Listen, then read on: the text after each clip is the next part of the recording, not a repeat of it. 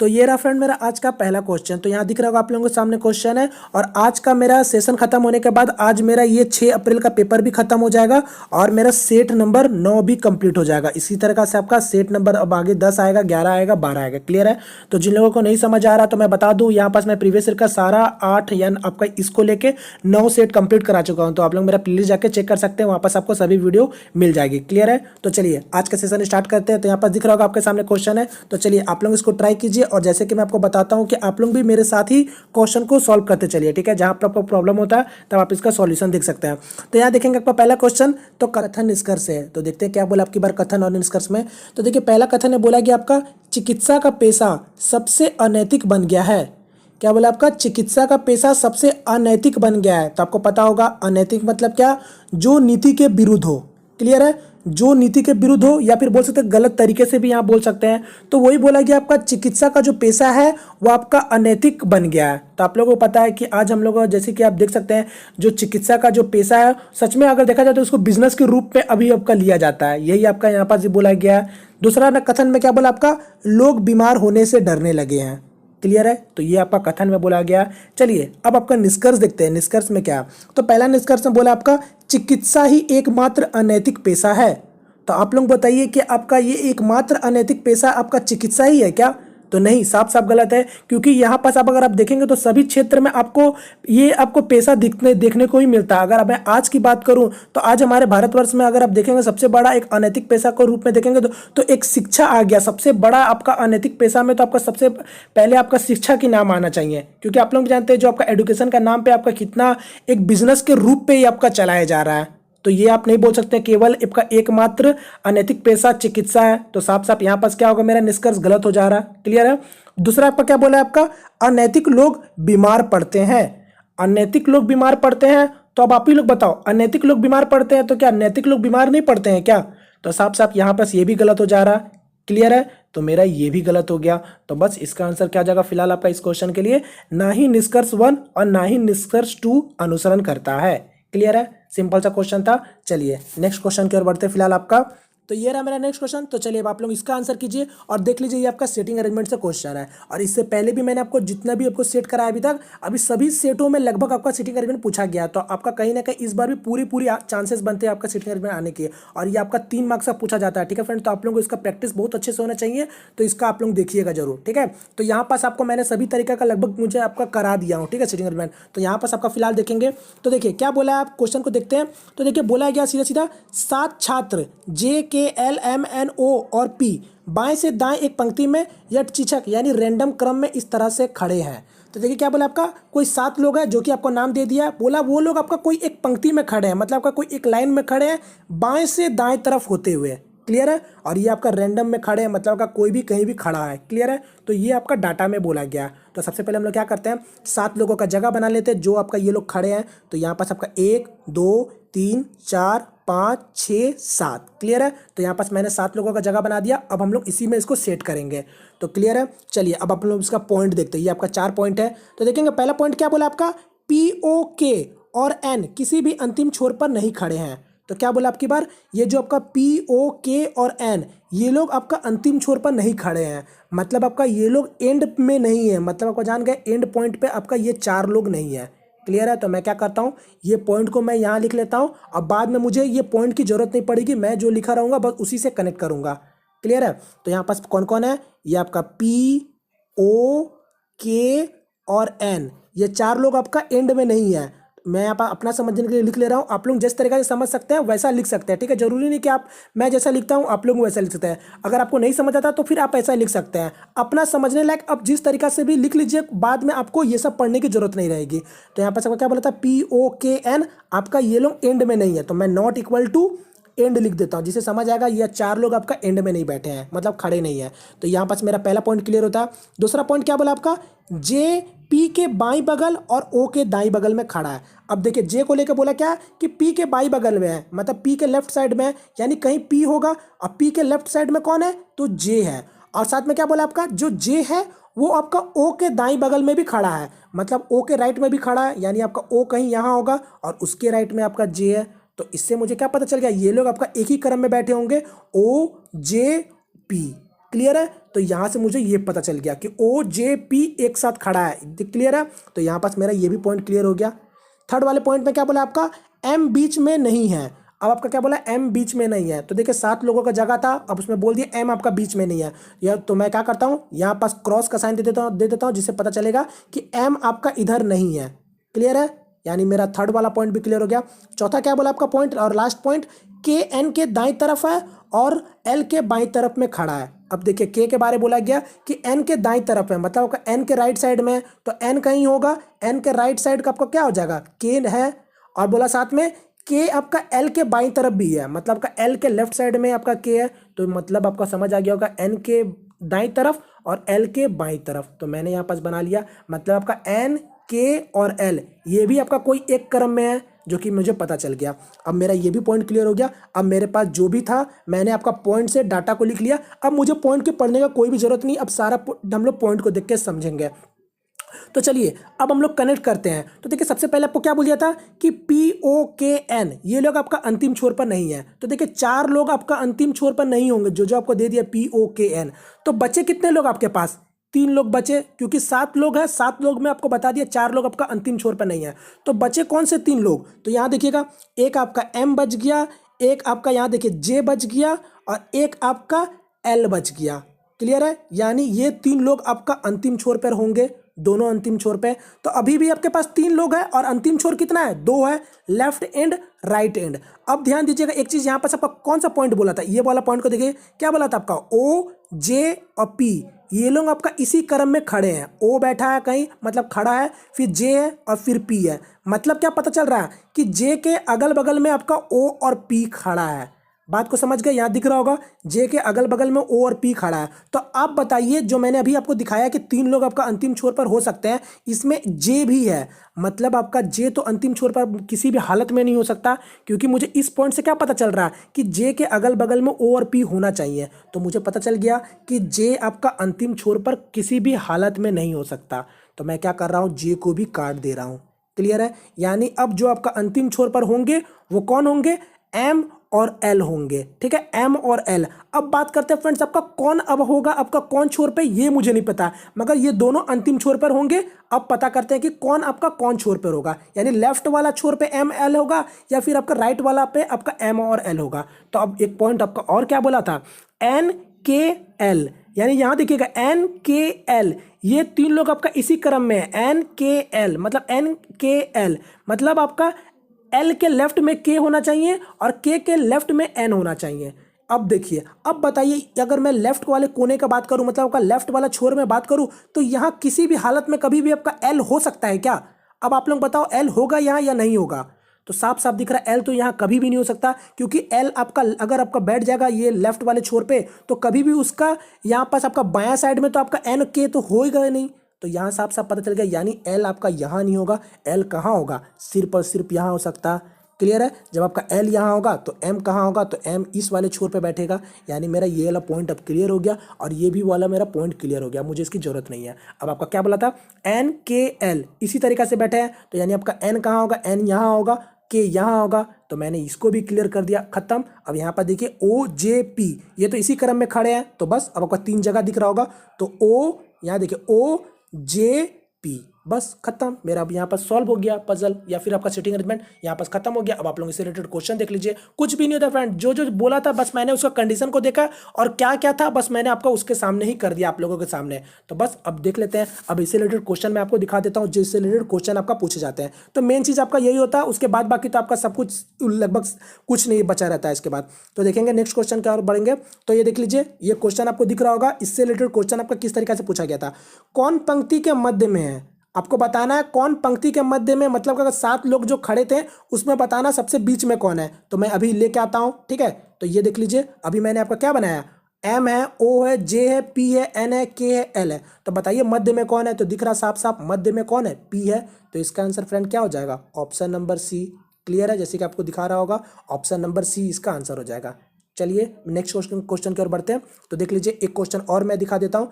एक क्वेश्चन आपका पजल से, टोटल 3 क्वेश्चन रहते हैं, ठीक है। मैं 2 क्वेश्चन मैं आपको दिखा दे रहा हूँ, एक क्वेश्चन आपका सिंपल से आप लोग देख लीजिएगा, ठीक है। तो मेन चीज आपका यही होता है सॉल्व करना। यहाँ पास आपका क्या क्वेश्चन पूछा है कि पंक्ति के बाईं ओर से 5वें स्थान पर कौन खड़ा है। तो देखिए बाईं ओर से बात की गई है, मतलब आपका लेफ्ट साइड से 5वें स्थान पर कौन खड़ा है। तो चलिए मैं दिखा देता हूँ फिर से आपको। तो बताइए, देखिए ये दिख रहा होगा एम आपका 1 नंबर पे खड़ा है, 2 नंबर पे लेफ्ट साइड से, ठीक है, 3 पे आपका जे खड़ा है, 4 पे आपका पी खड़ा है, अब 5 पे कौन खड़ा है। तो देखिए एन खड़ा है, साफ साफ दिख रहा होगा एन। तो मैं अभी हटाता हूं इसको।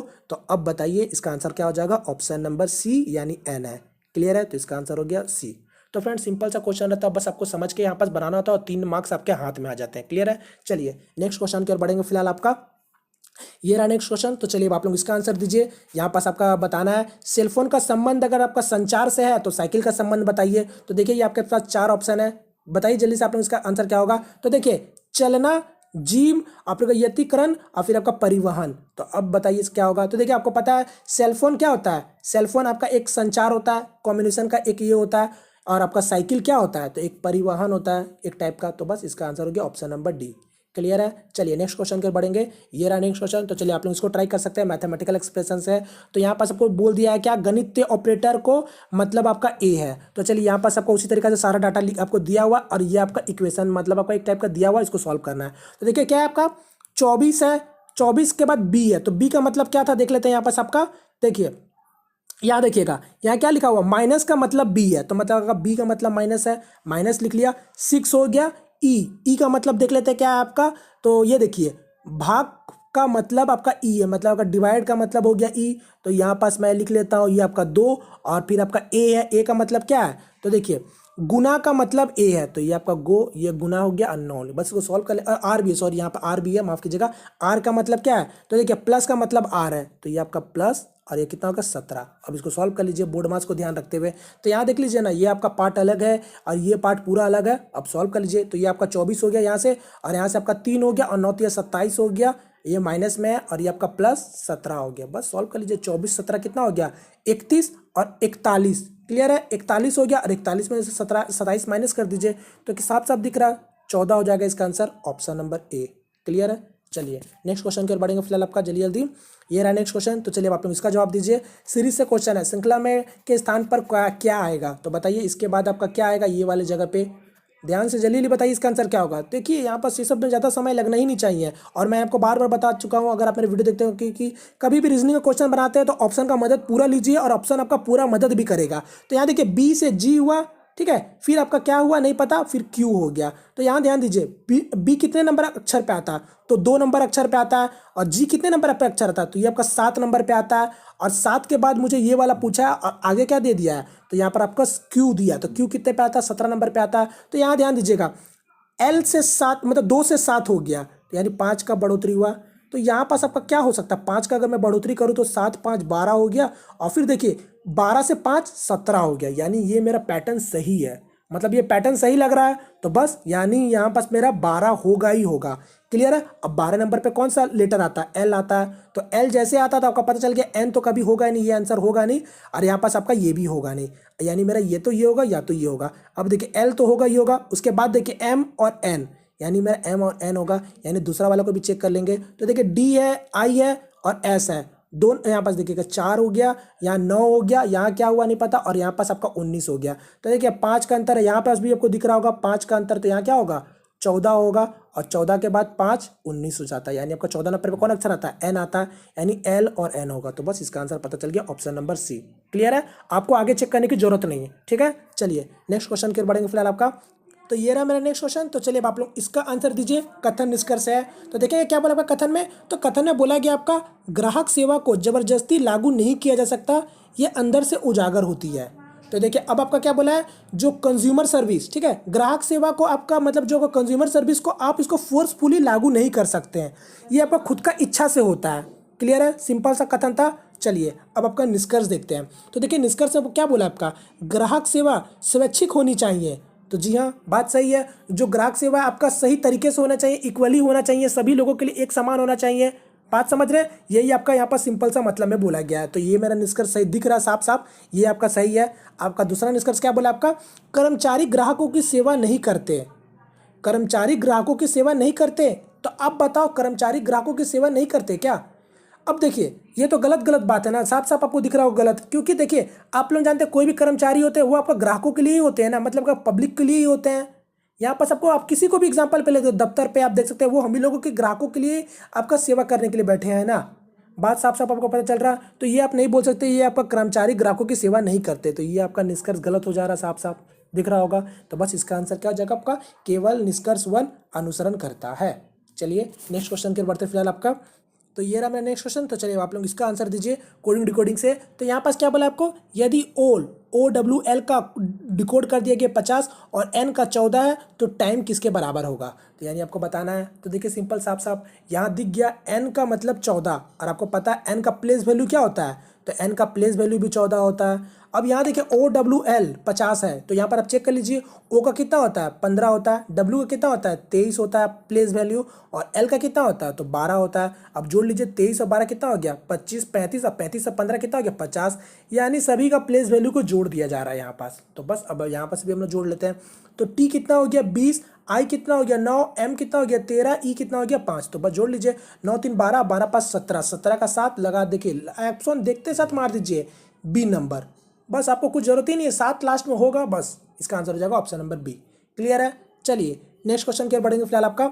ये रहा नेक्स्ट क्वेश्चन। अब आप लोग इसका जवाब दीजिए। यहाँ पास क्या बोला आपको, शब्दों को 4 युग्म दिए, इनमें से विषम का पता लगाए। तो अब आप लोग बताइए ऑड वन आउट, इसमें से कौन सबसे आपका अलग है। यहाँ क्या आपका शनि ग्रह, सूर्य तारा, मिल्की वे तारामंडल, टाइटन उपग्रह। तो बताइए इसका आंसर क्या होगा। साफ साफ दिख रहा है, सिंपल सा क्वेश्चन ये भी। तो देखिए शनि ग्रह ठीक है, सूर्य तारा भी सही है, मिल्की वे तारामंडल भी सही है, टाइटन उपग्रह भी सही है। तो यहाँ पर आपका सबसे अलग क्या हो रहा है, तो देखिए मिल्की वे तारामंडल, इसके अंदर में आपका शनि आते हैं, मतलब आपका ग्रह भी आते हैं, सूर्य भी आते हैं, टाइटन मतलब उपग्रह भी आते हैं। तो यहाँ पास आपका पता चल रहा है तारामंडल के अंदर में ये आपका सभी कुछ आते हैं। तो यहाँ पास आपका अलग क्या हो गया, ये आपको यहाँ पास विषम पता चल रहा है साफ साफ। तो इसका आंसर हो गया ऑप्शन नंबर सी। क्लियर है। और आप लोग जानते होंगे आप हमारे मतलब आपका जो तारामंडल है वो बहुत सारे तारामंडल आपका है, ठीक है। तो यहाँ पास आपका देख रहे हैं साफ साफ आपका ऑप्शन नंबर सी इसका आंसर हो गया। क्लियर है। चलिए नेक्स्ट क्वेश्चन की ओर बढ़ेंगे फिलहाल आपका। तो ये रहा नेक्स्ट क्वेश्चन। तो चलिए आप लोग इसका जवाब दीजिए। फिर से कथन निष्कर्ष से पूछ लिया गया। तो देखते हैं आपकी बार क्या बोला आपका।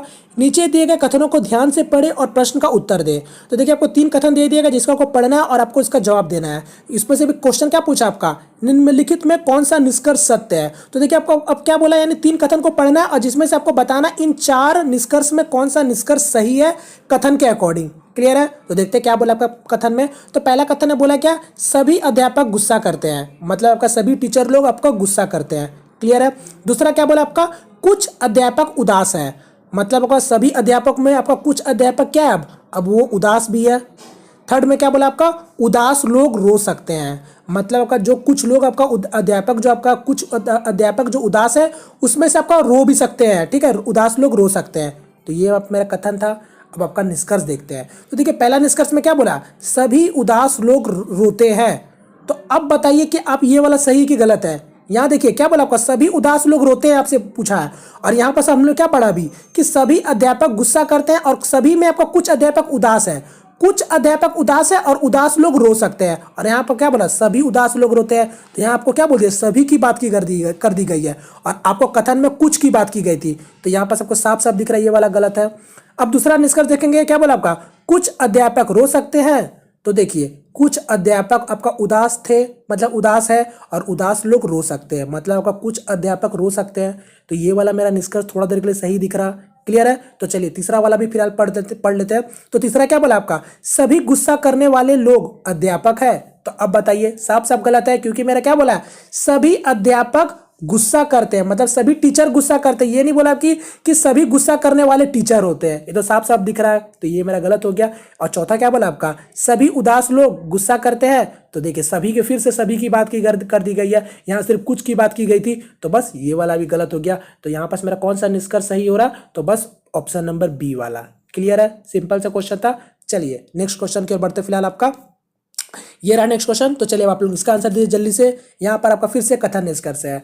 तो देखिए अब की बार क्या बोला आपका, नीचे दिए गए कथनों को ध्यान से पढ़े और प्रश्न का उत्तर दे। तो देखिए कथन में है, तो देखते हैं क्या बोला अब की बार कथन में। तो कथन आपको बोला है पेट्रोल के घरेलू दाम कम हो गए हैं, ठीक है। फिर दूसरा आपका कथन में क्या बोला आपका, कच्चे तेल का अंतर्राष्ट्रीय दाम कम हो गए हैं। क्लियर है। अब आपका देखिए, अब यहाँ पास देखिए ऑप्शन में क्या क्या है। तो पहला आपका ऑप्शन में क्या है, एक कारण है, एक कारण है और दूसरा परिणाम है। यानी आपका जो ये वाला कथन है, जो पहला कथन, वो आपका बोल रहा कारण है और दूसरा परिणाम है। यानी आपका पेट्रोल का जो आपका ये जो रीजन है, मतलब रीजन बताया जा रहा है कि आपका जो पेट्रोल का घरेलू दाम कम हो गया, ठीक है, ये आपका रीजन है, और इसका आपका परिणाम क्या निकला कि कच्चे तेल का अंतर्राष्ट्रीय दाम कम हो गई। तो ये तो साफ साफ गलत है ना, ये तो उल्टा हो रहा है, बात को समझिए, ये तो उल्टा हो रहा है ना। क्योंकि ये कारण कैसे हो सकता है, पेट्रोल का घरेलू दाम कम हो गए तो इस कारण से क्या कच्चे तेल का अंतर्राष्ट्रीय दाम कम हो गया। तो ये तो साफ साफ गलत दिख रहा है ना। अब देखिए दूसरा वाला क्या बोला, आपका दो कारण है और एक परिणाम है। यानी पहला कारण कारण कारण क्या बताया जा रहा है, ये वाला दूसरा वाला कारण है, यानी कच्चे तेल का अंतर्राष्ट्रीय दाम कम हो गए, तब जाके आपका पेट्रोल का घरेलू दाम कम हो गए। क्योंकि परिणाम ये सही साबित हो रहा, क्योंकि कारण मेरा अब ये सही भी है, क्योंकि कच्चे तेल का आपका अंतर्राष्ट्रीय दाम कम होता तभी जाके आपका पेट्रोल का घरेलू दाम कम होता है, ये मेरा सही होता है। यानी ऑप्शन नंबर बी इसका सही आंसर है। क्लियर है, क्योंकि मेरा ये कारण है और इसका परिणाम आपका पेट्रोल का घरेलू दाम कम हो गया। क्लियर है, तो सिंपल सा क्वेश्चन था, इसमें आपको कारण और परिणाम बताना था। ठीक है, तो इसका आंसर हो गया ऑप्शन नंबर बी। क्लियर है, चलिए नेक्स्ट क्वेश्चन की ओर बढ़ेंगे। फिलहाल आपका ये रहा नेक्स्ट क्वेश्चन, सीरीज से क्वेश्चन है, तो जल्दी से इसका जवाब दीजिए। यहाँ पास क्या होगा, तो देखिए सिंपल सा दिख रहा है मुझे, तो यहाँ पैटर्न भी समझ आ गया फिलहाल आपका। तो देखिए 1 1 8 4 27 9, तो यहाँ देखिए 1 8 को देख के तो समझ आ रहा होगा आपको, 27 को भी देख के समझ आ रहा होगा।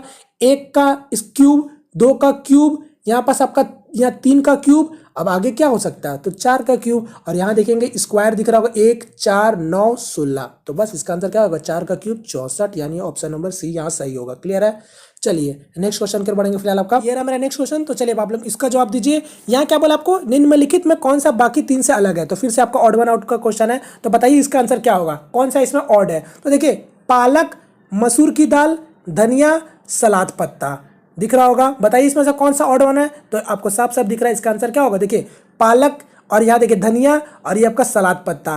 तो ये धनिया पत्ता होता है, सलाद पत्ता भी होता है, और पालक भी होता है, ये भी आपका पत्ता होता है। और ये क्या, मसूर की दाल, यहाँ पास अलग सबसे कौन हो रहा है, मसूर की दाल हो रहा है। क्लियर है, तो इसका आंसर हो गया ऑप्शन नंबर बी। चलिए नेक्स्ट क्वेश्चन कर बढ़ते हैं, ये रहा नेक्स्ट क्वेश्चन, तो चलिए आप लोग इसका जवाब दीजिए। यहाँ पास फिर से बोला आपको निम्नलिखित में समानता का पता लगाए, तो ये आपको 4 दे दिया, जिसमें आपको बताना कि इसमें से क्या इसमें समानता है।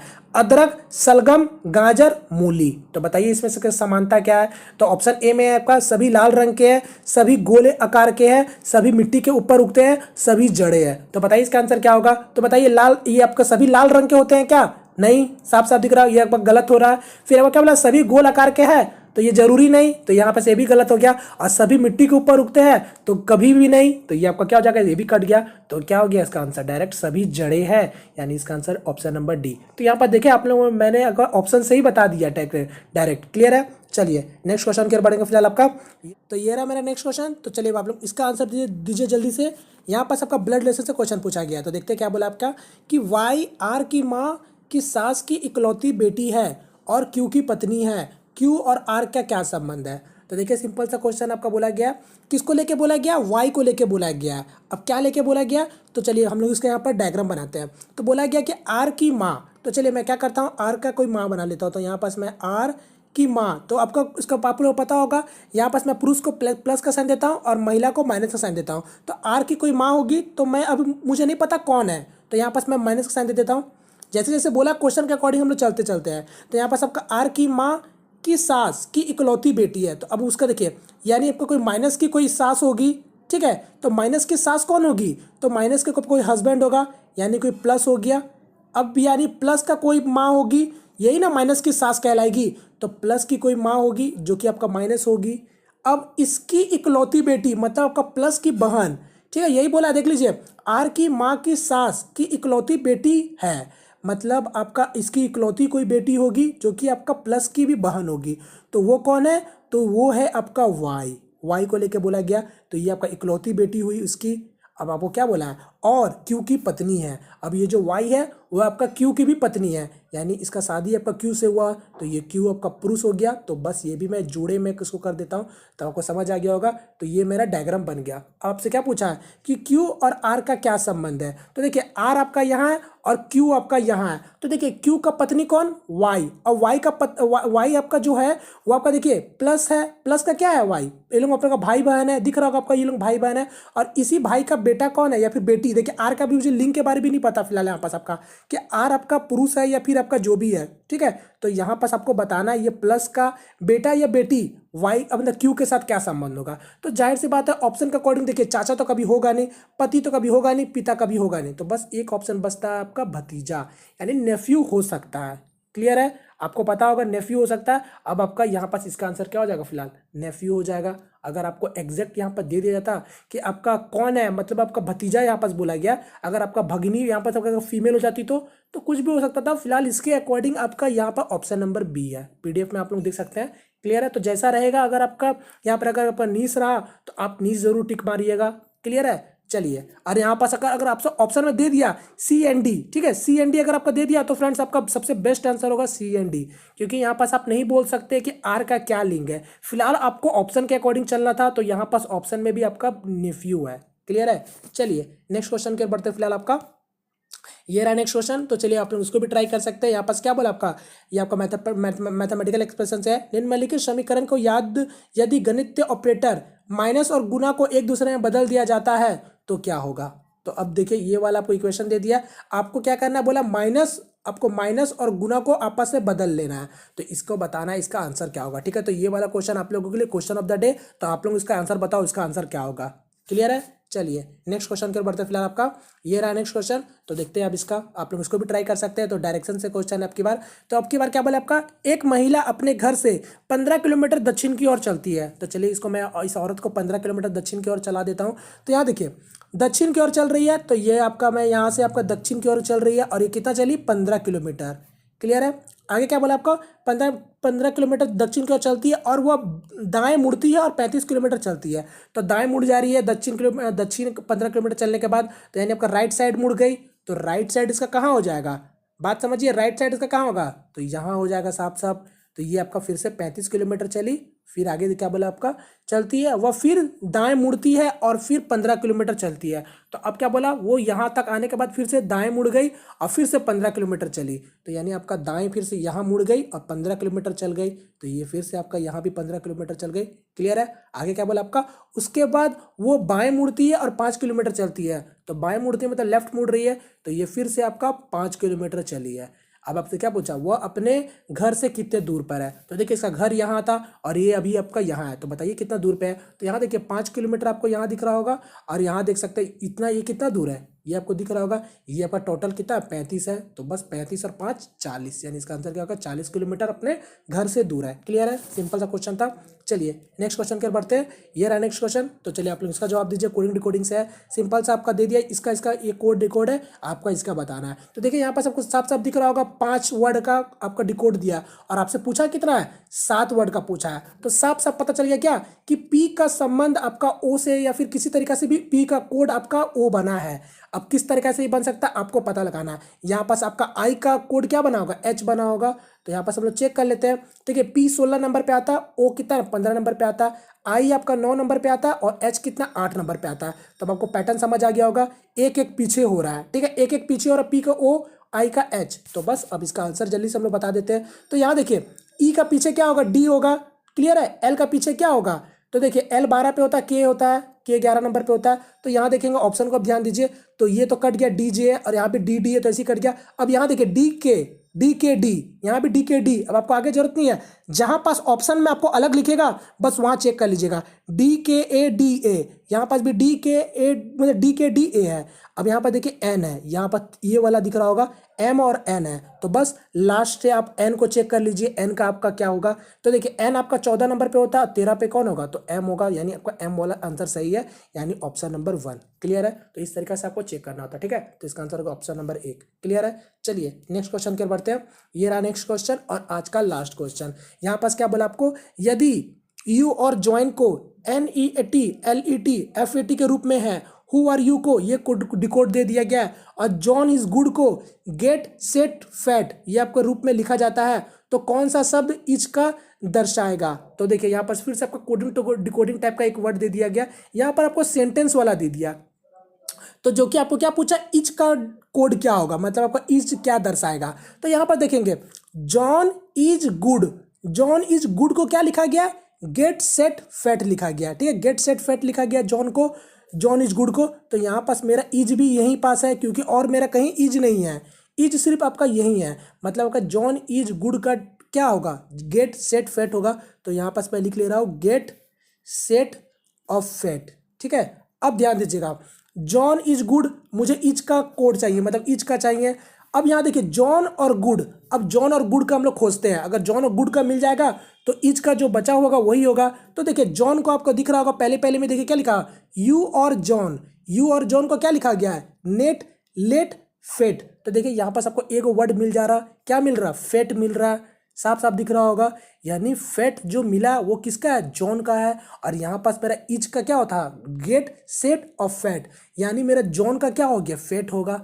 यानी ये तो कभी भी इसका आंसर नहीं होगा इच का, तो बस ये वाला कट गया। अब आपका क्या बच गया, गेट और सेट, यानी मेरा जॉन का पता चल गया, इज और गुड दोनों में से किसी एक का पता लगा लीजिए, आपको इच का पता चल जाएगा। तो देखिए अब देखिए यहाँ पर यू और जॉन है, यहाँ आपका क्या हु आर यू है, और यहाँ आपका तो पूछा ही है इज और गुड। तो आप नहीं बता सकते इज और गुड का क्या कोड है या फिर क्या आपका दर्शा रहा है। तो यहाँ पास आप इसका आंसर क्या बोलेंगे, निर्धारित नहीं किया जा सकता, क्योंकि आपको नहीं बता सकते कि इच का क्या होगा, गेट होगा या सेट होगा। और गुड का भी आपका साथी में, अगर आपको गुड का पता चल रहा था सेट है तो इच का क्या होता, फिर गेट ही होता।